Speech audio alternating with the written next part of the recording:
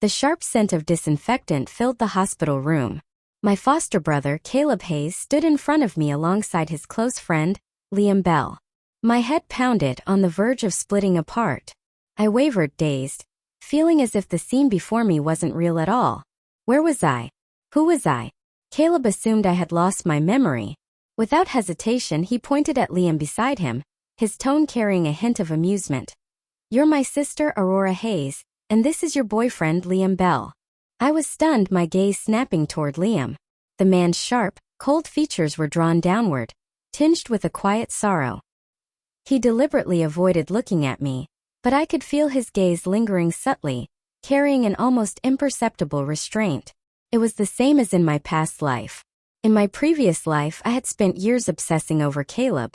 After the car accident, he mistakenly thought I had lost my memory. In order to get rid of me, he had deliberately claimed that Liam was my boyfriend. In reality, when I first regained consciousness, I did experience temporary amnesia, but I recovered quickly. Facing Caleb's deception, I didn't think much of it.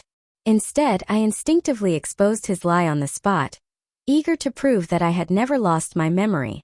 I carefully grabbed Caleb's sleeve, my eyes brimming with tears. "I remember everything. I'm not lying." Caleb had no choice but to relent. His expression tensed, and just like every time I had cried over the past 5 years, he pulled me into his arms. "I'm sorry, Aurora. I made a mistake." My heart leapt with joy, and I quickly brushed aside the entire incident. At 16, I had already realized that my feelings for Caleb weren't normal. Every time he dated someone, I would deliberately ruin his relationships. The books called it possessiveness. I neither confirmed nor denied it. Caleb, too, tacitly allowed my behavior. More than once, when I caused trouble for his girlfriends, he secretly intervened, ensuring their departure. He indulged my reckless behavior. That night I was drunk. I clung to Caleb, pressing against him. He didn't push me away. Instead, his entire body tensed as he let me do whatever I wanted. In my arrogance, I assumed Caleb felt the same way about me. But I had overlooked one crucial fact. He had never once admitted it. I kissed him for a long time. Then suddenly he snapped out of it, shoving me away in disgust. He touched his swollen lips, his tone dripping with disdain. "Aurora, how could you love your own brother? That's disgusting." It felt like a bucket of ice water had been dumped over me. My whole body froze. "No, I don't. I don't love you." My voice faltered, growing weaker with every word. But when he questioned again, "You don't love me, huh?" I had no answer. Deep down I knew the truth. I did love him. I was an orphan, and Caleb was the only person in the world who had ever truly cared for me. How could I not love him? He must have realized this too, because his expression darkened further with revulsion. "A freak like you belongs in a mental institution." My thoughts snapped back to the present. I looked at Caleb, watching as he smirked at me with quiet amusement. A shiver ran down my spine, and I instinctively clenched my fists. My nails dug deep into my palms, the sharp pain forcing me to remain calm. I stared into Caleb's eyes, my voice steady and resolute. "I understand now. In this lifetime, I would never let myself be entangled with him again. Everything had ended the moment I died in my past life. The days in the psychiatric hospital had been unbearable. Caleb visited me only every 2 weeks. I couldn't endure the daily beatings and humiliation. Crying, I begged him, "Please, Caleb, let me out. I was wrong. I won't love you anymore." But every time, he would simply look down at me coldly, his voice devoid of emotion. "Aurora, you're losing your mind again." And with that, the torment would begin anew. I tried to contact everyone I knew, desperately seeking help to get out, but Caleb Hayes had already prepared for this. He had locked down all information about my whereabouts so tightly that not a single message could get out. In just 6 months, I was tortured to death. After I died, Caleb went mad, clinging to my lifeless body, refusing to let go. He said he regretted everything. He said he loved me. He sobbed over and over, confessing his twisted fears and contradictions. He had been terrified of how others would judge him for loving his foster sister. As a wandering spirit, I stood by and watched it all with cold detachment. I felt nothing but disgust. Even now, seeing Caleb again made me physically nauseous. So I turned to Liam Bell instead. Holding back my tears, I spread my arms toward him and whispered softly, "Husband, hold me." Crash. The sharp sound of shattering porcelain echoed through the hospital room. I glanced sideways. Caleb's hand was covered in blood, brownish liquid from a broken medicine bottle pooling at his feet. Utterly revolting, he stood frozen in place, his usual smug amusement wiped clean from his face, replaced by pure fury. But I couldn't care less about him now. My entire focus was on Liam. From the moment I called him husband, Liam's eyes had turned red. His gaze lifted to me, filled with disbelief, excitement, and above all an overwhelming intensity. His lips trembled as if he wanted to say something, but in the end, he simply took a few quick steps forward and pulled me tightly into his arms. His voice was hoarse but firm as he murmured, Caleb clenched his injured fist, blood dripping steadily to the floor. He coughed lightly and lifted his wounded hand toward me. The stench of blood made me wrinkle my nose in disgust. Without hesitation, Liam pulled me closer, shielding me with his coat. I peeked out from his embrace, only for my vision to be covered by a warm hand. "Don't look, it's disgusting." Liam stepped in front of me, his expression cold as he glared at Caleb. His eyes were filled with unmasked contempt. "You know she's afraid of blood, yet you still do this on purpose? Are you trying to make her sick?" A strange feeling stirred in my chest. I brushed Liam's hand aside and looked up at him, studying his pale yet sharp features. He looked exactly as I remembered, though somehow he seemed even more striking than before. In my past life, Liam had always been quiet and reserved. Seeing him openly confront Caleb like this, it was a first. Caleb was just as surprised. "What the hell does this have to do with you?" He rolled his eyes, but his injured hand trembled slightly as he held it out again, as if waiting for my reaction. "Aurora, I'm hurt." Before, I would have panicked, scrambling to find ointment, crying as I bandaged his wound. But now, I only shrank further into Liam's embrace, my eyes flickering with revulsion as I glanced at Caleb's filthy, bloodied hand. "There are doctors and nurses outside, Caleb." "I'm not a doctor." Impatiently, I cut him off. "I'm tired. I want to go home." Out of the corner of my eye, I caught a glimpse of Liam's lips curving upward, like a puppy wagging its tail in satisfaction. Physically, I was fine. The doctor said I just needed rest. But Liam refused to let me walk on my own. He insisted on carrying me out of the hospital. That moment, Caleb finally snapped. His expression darkened as he grabbed my arm in a death grip. "Aurora, didn't you say you wanted to go home?" I pried his fingers off me one by one, watching as red marks formed on my skin. "Yes, I'm going home with my boyfriend. Is that a problem?" Caleb let out a bitter laugh, his voice shaking with fury. "Aurora Hayes, you better not regret this." I met his gaze head-on, my voice unwavering. "The only thing I regret is not realizing the truth sooner. In my past life, I had been a fool manipulated by Caleb at every turn. Not this time." Liam carried me to the car, carefully buckled my seatbelt, and started the engine. The moment he hit the gas, we sped off, leaving Caleb far behind. Throughout the drive, Liam's hand never once let go of mine. His palm was warm, steady, reassuring. When we finally arrived home, exhaustion weighed on me. My body felt uncomfortable, and all I wanted was a hot shower. Liam, ever attentive, immediately prepared the bath. He even pulled out a brand new bottle of essential oil. As he unsealed it, the delicate scent of jasmine filled the air, my favorite. Then he walked over to the closet, picking out a fresh set of loungewear for me. The tags were still attached. The size was a perfect fit. I frowned slightly. "Why do you have this?" Liam scratched the back of his head, his face turning red all the way to his ears. "I saw it while shopping, thought it would suit you, so I bought it." "You bought this just in case?" I pointed at the wardrobe behind him, which was filled with women's clothing. Nearly half of the space was occupied by brand new outfits, all from the brands I liked. Raising a brow, I teased, "Don't get the wrong idea, I trailed off, blinking at him expectantly, waiting for his response. Liam Bell let out a long sigh, his expression shifting as if he had finally given up pretending. "What's wrong with buying clothes for my girlfriend?" Was this really the same Liam I remembered? The insecure, overly sensitive guy who used to blush just from talking to me? In my past life, until the moment I died in that psychiatric hospital, Liam and I had barely interacted.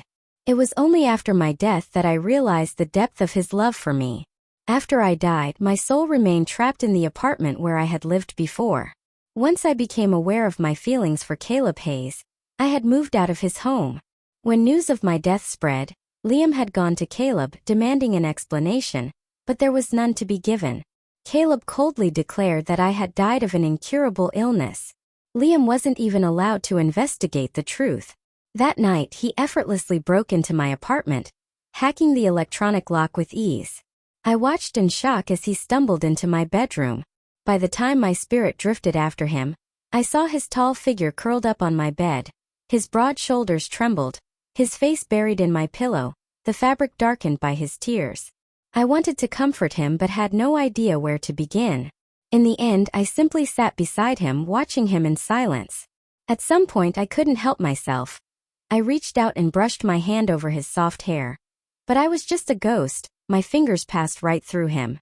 I tried again, gently stroking the back of his head like soothing a child. Liam, stop crying. If you keep this up, I'll have no choice but to kick you. His delicate face stiffened under my touch. Then suddenly, his eyes flew open, and large tears rolled down his cheeks. Yet the next moment he shut them again, as if resigning himself to the pain. Liar, he whispered. The room fell into an eerie silence, broken only by his quiet, muffled sobs. From that day on, Liam moved into my apartment. He lived there, keeping my ghost company. People laughed at him, calling him crazy. Even I thought he was foolish. He constantly talked to himself, sometimes sharing joyful moments as if I were still there, sometimes pouring out his darkest thoughts. I sat beside him silently, listening, watching as his once cold expression softened with sorrow. Day by day he wasted away. I knew he was sick. The dining table was always cluttered with boxes of medication. I begged him to take care of himself, to live, but he couldn't hear me. We spent 3 years together. Two lonely souls separated by an insurmountable barrier. I couldn't touch him, he couldn't hear me. As time passed, my spirit became more and more transparent. I knew it wouldn't be long before I completely vanished from this world. Liam still left the apartment every morning and returned late at night, but I had no idea what he was doing outside. I couldn't leave the apartment, so I remained unaware of what was happening in the outside world. Then, on the 3rd anniversary of my death, Liam did something unusual. Before leaving, he turned on the television and tuned it to the news channel. Just before stepping out, he looked in my direction, his gaze lingering for a long time. A strange unease crept into my heart. Then the emergency news broadcast began. Caleb Hayes, the head of the Yates Corporation, has died in a suspected hit-and-run incident. Authorities believe this may have been the result of a personal vendetta. The suspect is currently on the run, and the police are actively pursuing leads. The suspect was Liam. He was a fool. Panic surged through me. My spirit trembled violently. Gathering an overwhelming energy, I forced my way out of the apartment, breaking through the invisible barrier that had kept me bound. I followed the pull of a familiar presence, drifting, searching until I arrived at my grave. Liam was there, clutching my tombstone, crying like a child. Aurora, I finally avenged you. At his feet lay several empty pill bottles and crushed beer cans. I circled around him in distress. The cemetery was deserted. There was no one else around to witness what was happening. Liam Bell, I forbid you to die. Do you hear me? My near-hysterical scream seemed to jolt him awake. For a moment, his blurry eyes locked onto mine. Then a faint, satisfied smile curled his lips. You've come for me, haven't you? As the last word fell from his lips, he lifted his wrist, already covered in scars, and dragged a blade across his skin. Aurora Hayes, if there is a next life, I swear I'll be brave enough to hold your hand. Thank God I was given a second chance at life. Now looking at his face, so close, so real, I vowed not to waste it. My face flushed red and my eyes grew misty. The image of Liam Bell in his final moments from my past life twisted painfully in my heart. The pain was unbearable, sharp enough to make me wince. A warm hand gently cupped my face, carefully wiping away the tears from the corners of my eyes. Does your wound still hurt? The accident hadn't been serious. My injuries were just surface wounds, nothing compared to the suffering I had endured in my past life. The pain was nothing. I had no intention of letting Liam know that I had been reborn. I simply nodded, then greedily leaned into his warmth. It hurts so much. Only kisses can make it better. Liam licked his lips, his dark eyes gleaming. Just kisses, is that enough? Before I could react, a strong hand gripped the back of my head, and suddenly his lips crashed against mine. His kiss was overwhelming, possessive, as if he wanted to consume me completely. My breath was stolen away, my mind blank from the intensity. Then my phone rang. It was Caleb Hayes. I didn't want to answer, but the ringing continued, relentless, refusing to stop. Annoyed, I reached out to hang up, but my fingers accidentally pressed the accept button. Aurora. His voice was low, measured. I've been thinking you should move back home. The housekeeper can take care of you. A muffled sound escaped my lips before I could stop it. Caleb's voice instantly sharpened. Aurora, what are you doing? Answer me. Don't get distracted. I had no time to reply. My hand was caught and the call was cut off. Half an hour later, I was still tangled in Liam's arms, unable to get up. The muffled sound of someone kicking the door echoed from outside. Liam Bell. Who the hell allowed you to touch him? Caleb's voice was filled with rage. He was so damn noisy. I had no intention of dealing with him, but it seemed he wasn't planning on leaving anytime soon. Reluctantly, I climbed off Liam, my mood dampened. He ruffled my messy hair, smiling with crescent-shaped eyes. Good. I ignored him and shooed him toward the door. With his lips still swollen from our kiss, Liam casually went to open it. The moment the door cracked open, Caleb barged in like a madman.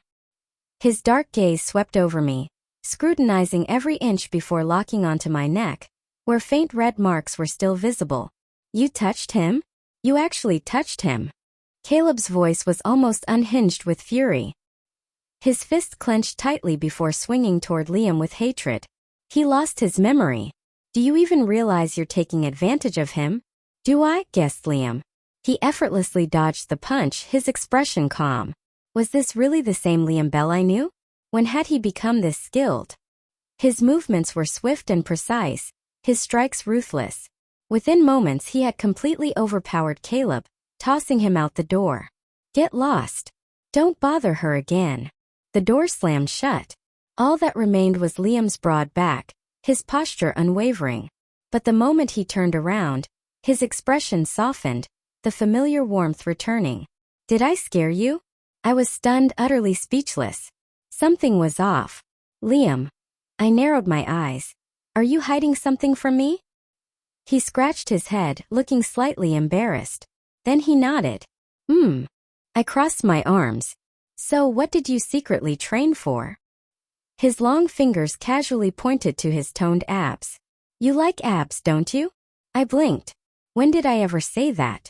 Then a memory surfaced. In my past life, I had spent countless days staring at his perfectly sculpted abs, wanting to touch them but never daring to. At the time, I had indeed voiced my admiration, but how did Liam know? I stared at him suspiciously, only to meet his bright, knowing gaze. I know about your secret account, he admitted, smirking. The one where you used to comment on fitness videos. He had really done his research. I had, in fact, used a burner account to post some very enthusiastic comments online.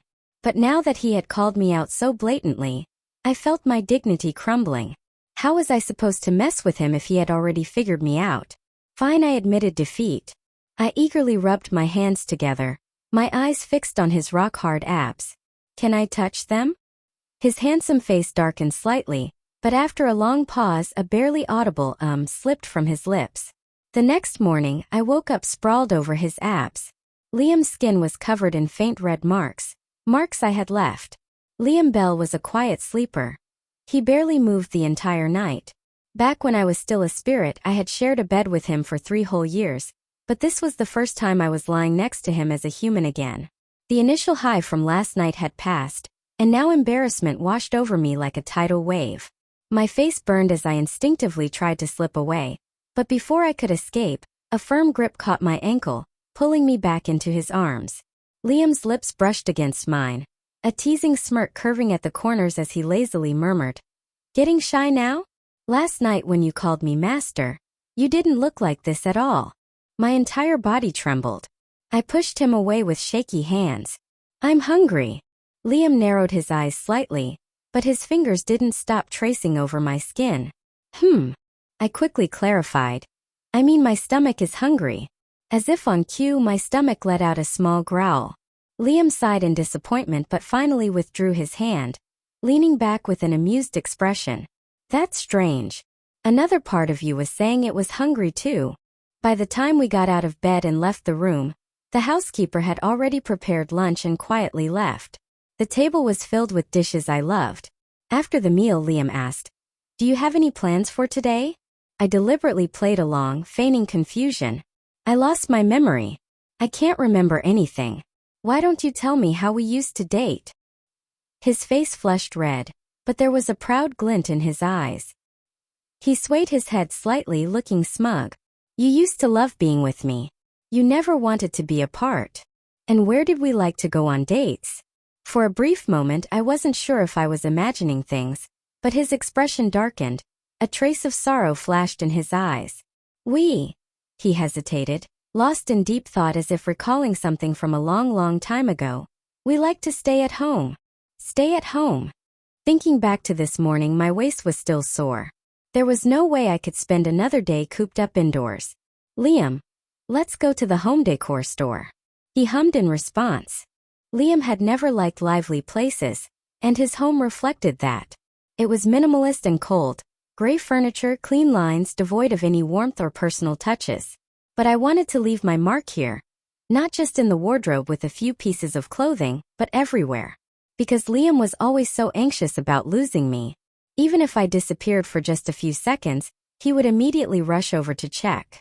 Only when he saw that I was still there, safe and sound, would he let out a relieved sigh and pull me tightly into his arms. "Aurora, I thought I lost you again." His voice trembled slightly, his breaths coming fast and uneven. "When I can't see you, it feels like something is missing." So he had tried to fill that emptiness by surrounding himself with reminders of me. In just one day, the house transformed completely. I placed plush toys on the bed and the sofa. Liam scoffed, calling it childish, but I caught him secretly playing with one, squeezing it in his hands until it was deformed.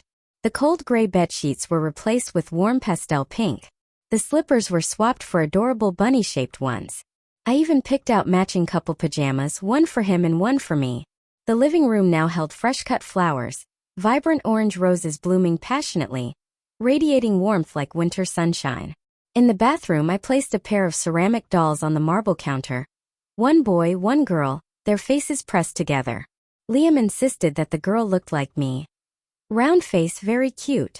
I argued that the boy looked like him. Dumb but adorable, makes you want to kiss him. Neither of us backed down. In the end, we decided to place the dolls beside the mirror and agreed that we would stare at them every day until one of us admitted defeat. After taking a shower, we curled up on the couch together watching a movie. Liam draped a soft, fuzzy blanket over us, wrapping me securely in his warmth.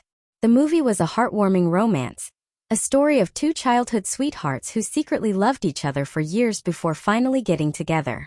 In the final scene, the couple adopted a small puppy and lived happily ever after. It was such a simple and peaceful ending. A lump formed in my throat, my nose tingled as an unsettling thought crossed my mind. What would happen if I ever left Liam Bell again? He was the most stubborn person I knew.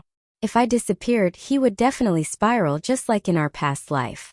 No, I absolutely couldn't let him do anything foolish again. I took a deep breath, trying to steady myself. Then, with the utmost seriousness, I cupped Liam's face and looked straight into his deep eyes. "Liam, let's get a cat or maybe a dog."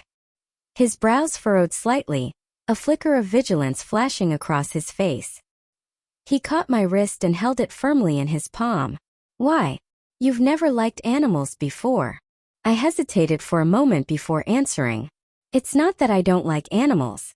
I just wasn't allowed to in my past life." Caleb Hayes's family disapproved of pets. Since I lived under their roof, I had no choice but to follow their rules. I had begged Caleb for a long time before he finally caved and secretly brought home a kitten for me. But before I even got to hold it, my adoptive mother found out. She threw the kitten away and scolded Caleb, accusing him of being irresponsible and unworthy of inheriting the family business. She was so furious, claiming I was a bad influence on him, that she locked me in a dark storage room as punishment. She warned me that if I ever corrupted Caleb again, she would send me back to the orphanage. I never understood how something as simple as a kitten could cause such an uproar, but I was too afraid to resist. I didn't want to go back to the orphanage. So to appease my adoptive mother, I knelt on the ground, tearfully admitting my mistake, swearing that I would never bring another animal into the house again. Only then did her cold expression soften. She locked me away for a full week. By the time I was let out, the kitten had long since disappeared. It had become a stray, lost somewhere in the city. I had searched for it but never found it.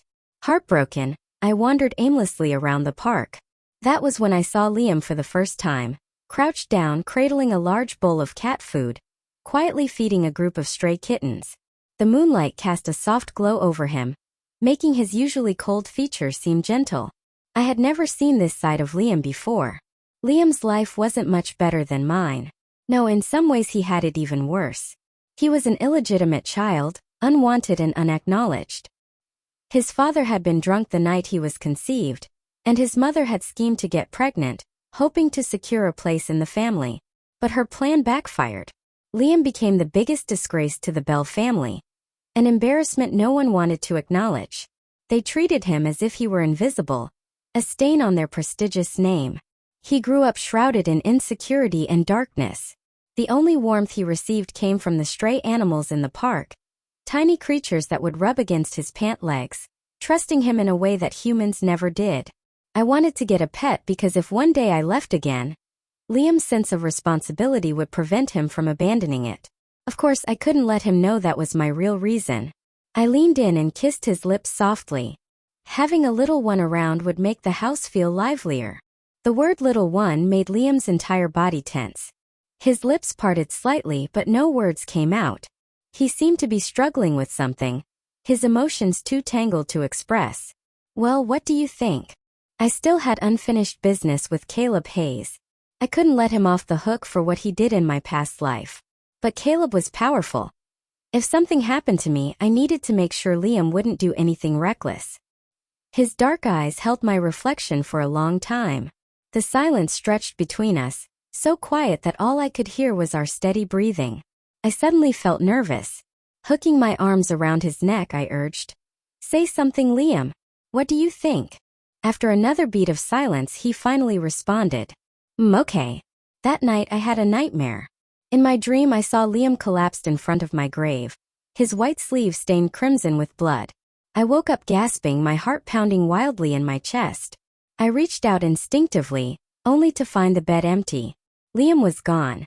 A wave of panic crashed over me. I didn't even bother putting on shoes. I jumped out of bed and ran barefoot through the house, searching for him. Strange noises came from the rooftop. My heart clenched. I ran up the stairs, pushing the terrace doors open with force. "Liam." He turned his head at my call. He was wearing an apron, gloves on his hands. The ground was covered with thick gardening mats, and in front of him was a row of blooming flowers in vibrant colors. Each and every one of them was a flower I loved. Flowers I had once planted in my old apartment. After I was locked away in the psychiatric hospital, no one took care of my flowers. Liam Bell tried everything but he couldn't save them. And now here he was planting flowers again. "Why aren't you wearing shoes?" Liam took off his gloves, got up and went to fetch a towel for my feet. Then he brought over a small stool and patted the spot beside him, signaling for me to sit down. "What made you think of planting flowers?" His pale, slender fingers scooped up a handful of soil, pressing it gently into a pot before watering it. Droplets clung to the pink rose petals, shimmering like crystal beads. "Once the whole terrace is in full bloom, I can take lots of beautiful pictures of you." The thought painted a lovely scene in my mind. Liam will definitely have that day. We adopted a little orange kitten and a yellow and white puppy. Liam had always been the more patient one, making him much better at taking care of them. He also naturally took over most of the household chores. These days he was constantly busy, Yet his face always carried a bright, relaxed smile. Every morning, he would water the flowers, then feed and clean up after the two little troublemakers. After breakfast, he would insist on taking me along to walk them. At night after our bath, we would curl up on the couch to watch our favorite shows. The kitten and puppy would snuggle at our feet, occasionally letting out contented little sighs. Felt so blissful. The person I loved was right beside me. If I turned my head, I could kiss his soft lips. Just thinking about it made my heart race. I couldn't stop myself from smiling, the corners of my mouth curling up uncontrollably. I want to kiss him. Wait, why does Liam look like he's enjoying something? Did he figure out what I was thinking? Damn it, I had hidden it so well. Before I could react, his face suddenly appeared right in front of me. Then he kissed me out of nowhere. His deep voice murmured against my lips. Aurora Hayes, I love you. I had thought we would have more time together. I never expected our separation to come so soon. That day, after leaving the supermarket, I suddenly craved milk tea. I told Liam to go ahead to the parking garage and bring the car around while I went to buy some. He had barely walked away when a sleek black Porsche Panamera pulled up beside me. I recognized it immediately. Caleb Hayes' car. I turned and bolted, but two men in black suits stepped out, grabbing me before I could escape. I was shoved into the car. The driver slammed on the gas. The tires screeched as the car sped off. A partition slowly rose, sealing off the back seat from the front. Caleb Hayes, are you insane? Let me go. His tall figure loomed over me, radiating an oppressive force. I scrambled backward, pressing myself against the car door. But he reached out and pulled me into his arms. His ice-cold fingers traced along my waist, over the fabric of my clothes. He's lost his mind. What was he trying to do? Was he planning to lock me up in a psychiatric hospital again? No, absolutely not. The terror of my past imprisonment crept over me like a suffocating shadow. Panic surged through my veins. My entire body trembled uncontrollably. Curling up in the corner, I hid my hand behind my back and discreetly unlocked my phone, trying to send an SOS message to Liam. But before I could type, Caleb suddenly pinned me in place. His long arm reached in and without hesitation, he snatched the phone from my grip. I lunged forward to grab it back. Caleb, what the hell are you doing? He ignored me, restraining my other wrist effortlessly as he rolled down the window. Then, right in front of my despairing eyes, he tossed my phone out. After completing the act, he pulled me tightly into his embrace and pressed a kiss to the top of my head. Aurora, you're so disobedient. His voice was eerily gentle. This is my fault. I should never have let you leave my side. But don't worry, it won't happen again. From now on, we'll be together forever. Okay? No. Let me go. I struggled with all my strength and slapped him across the face. But instead of getting angry, he only held me even tighter. His expression was a mix of madness and obsession. Aurora, stop lying to yourself. You love me. The only reason you're with Liam is to make me jealous. His tone grew increasingly deranged. You're trying to punish me, aren't you? Punish me for pretending not to know your feelings all this time. But I know now, Aurora. I was wrong. I'm not your brother. Let's start over, Aurora, please. Caleb Hayes had completely lost his mind. Caleb, I said, my voice cold and unwavering, I have never liked you. His eyes darkened. That's impossible. You're lying. During the time I was locked in the psychiatric hospital, I had spent every single day reflecting on my feelings for him. I had been jealous whenever I saw him with other women. I had gone to great lengths to drive them away. I had always followed his every move, greedily hoping he would never look at anyone else. But none of that had been real. It was never love.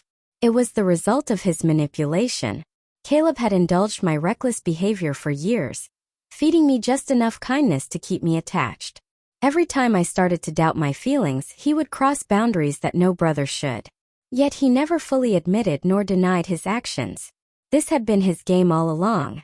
From the very beginning, it was Caleb who had harbored feelings beyond sibling affection. He had refused to acknowledge them, tormented by his own possessiveness, and instead blamed everything on me. Caleb Hayes was nothing but a coward. How could I ever love someone like him? I shoved him away with all my strength. My voice was sharp and merciless as I tore apart his deepest, most shameful secret. Caleb Hayes, you fell in love with your foster sister. That's disgusting. For a long time I had been waiting for this moment, to throw these words back at him exactly as he had once said to me. His entire body stiffened. His face twisted into something dark and unreadable. Then with sudden force, he grabbed my clothes and tore them apart. Cold air swept over my bare shoulder. A monster awakened before my eyes. His fingers tightened around my neck, pressing down inch by inch. Yes, I love you, he admitted, his voice raw and filled with madness. Every second you spend with that bastard, I want to rip you away from him. You will never escape me. Just like in my past life, he wanted to imprison me once again. But I would never let that happen. A sharp pain bloomed on my lips as he crushed them in a violent kiss. The metallic taste of blood filled my mouth. I reached into my pocket, fingers wrapping around the small switchblade I had hidden there. Then with all the strength I could muster, I plunged it into his chest. Caleb let out a muffled grunt but didn't let go. Instead, his grip on my wrist tightened, and he slowly twisted the knife's handle with a smirk. Does that make you feel better? He's a lunatic. I should have expected this. Caleb Hayes was utterly insane. Suddenly the car swerved sharply. The screech of tires and the force of the sudden brake nearly shattered my eardrums.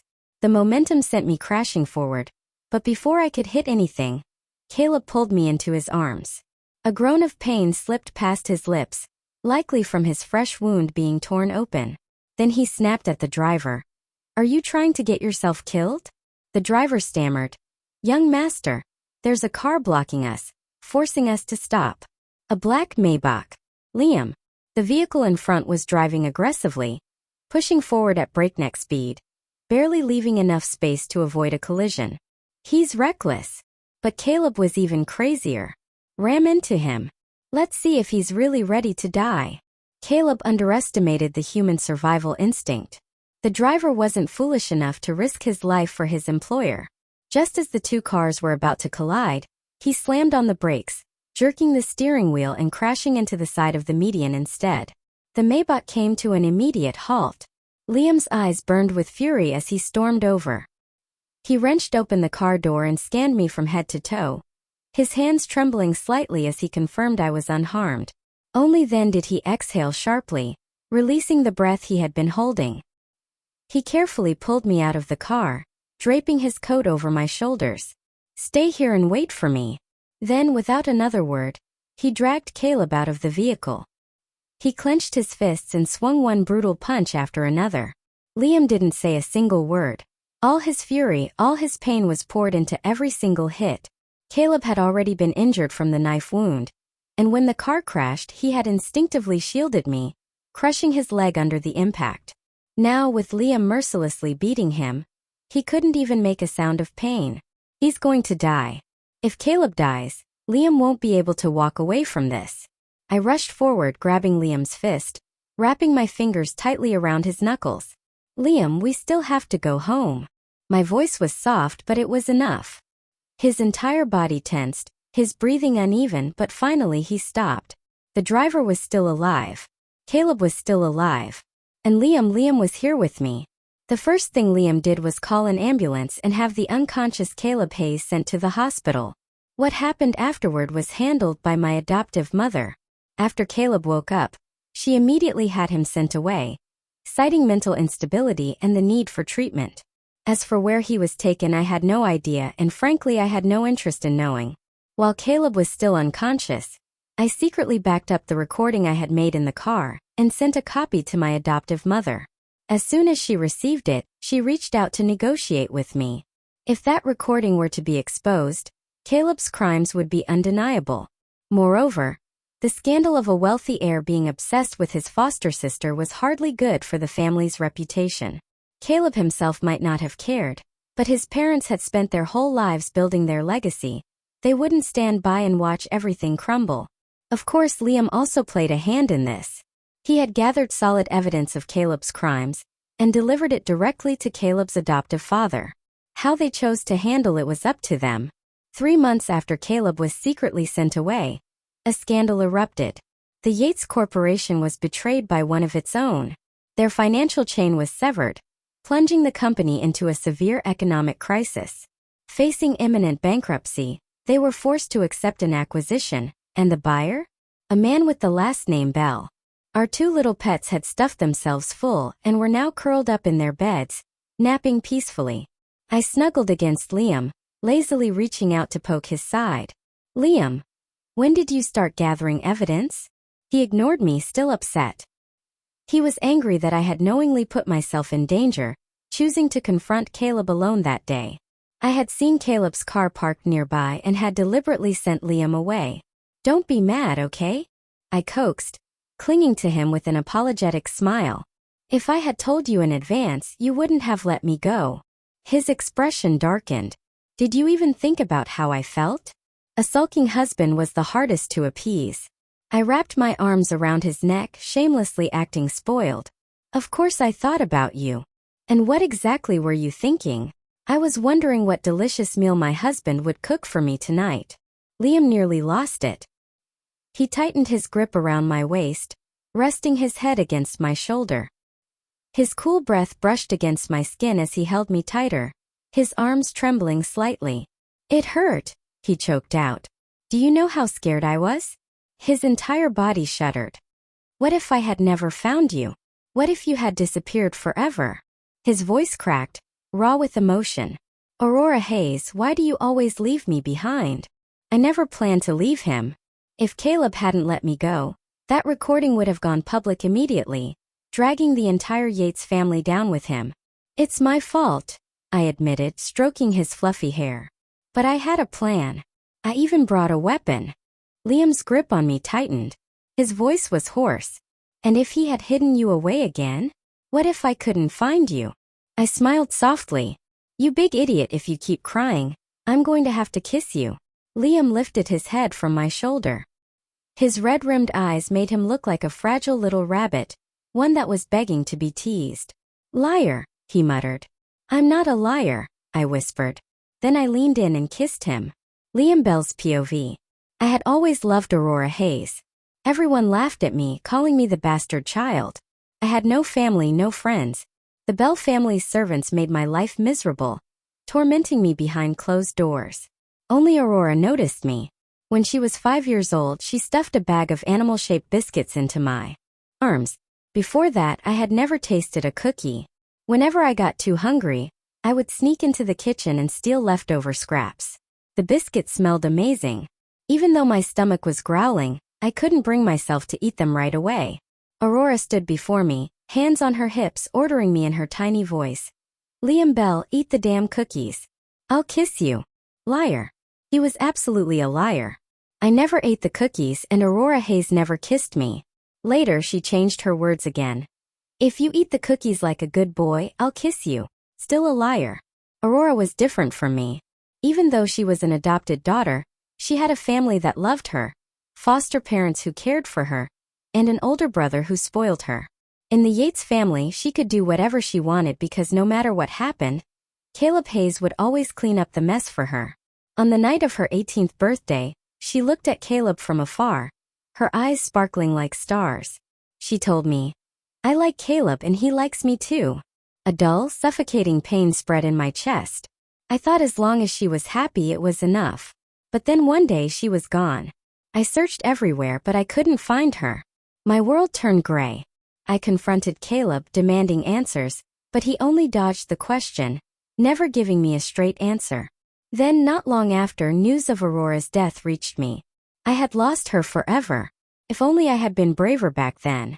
I locked myself inside the apartment she had once lived in. Every corner still carried traces of her presence. Sometimes I could almost see her standing right beside me. I swore to myself over and over that if I ever got another chance, I would protect her with everything I had. And somehow I was lucky enough to be reborn back to the year I turned 18. This time I fought my way up in the Bell family, using every method possible to carve out a position for myself. One day, I would make every last person in the Yates family pay for what they had done. Dealing with them wasn't difficult. After all, in my past life, I had spent 3 whole years dismantling them piece by piece. By the time I died, none of them had met a good ending. This life would be no different. But Aurora still saw me as the timid, insecure person I had once been. She still enjoyed the sense of accomplishment that came with protecting me, so I let her. As long as it made her happy. There were times when I could barely keep up the act, but luckily she never noticed. That day in the hospital, when Aurora reached out to me, I couldn't hold back any longer. I wrapped my arms around her tightly, and then she called me, "Husband, hold me." In my heart I whispered back, "I missed you so much." The end. If you enjoyed this emotional rebirth love story, don't forget to like, subscribe, and turn on the notification bell so you never miss a new episode. More powerful reborn romances and dramatic twists are coming. See you in the next story.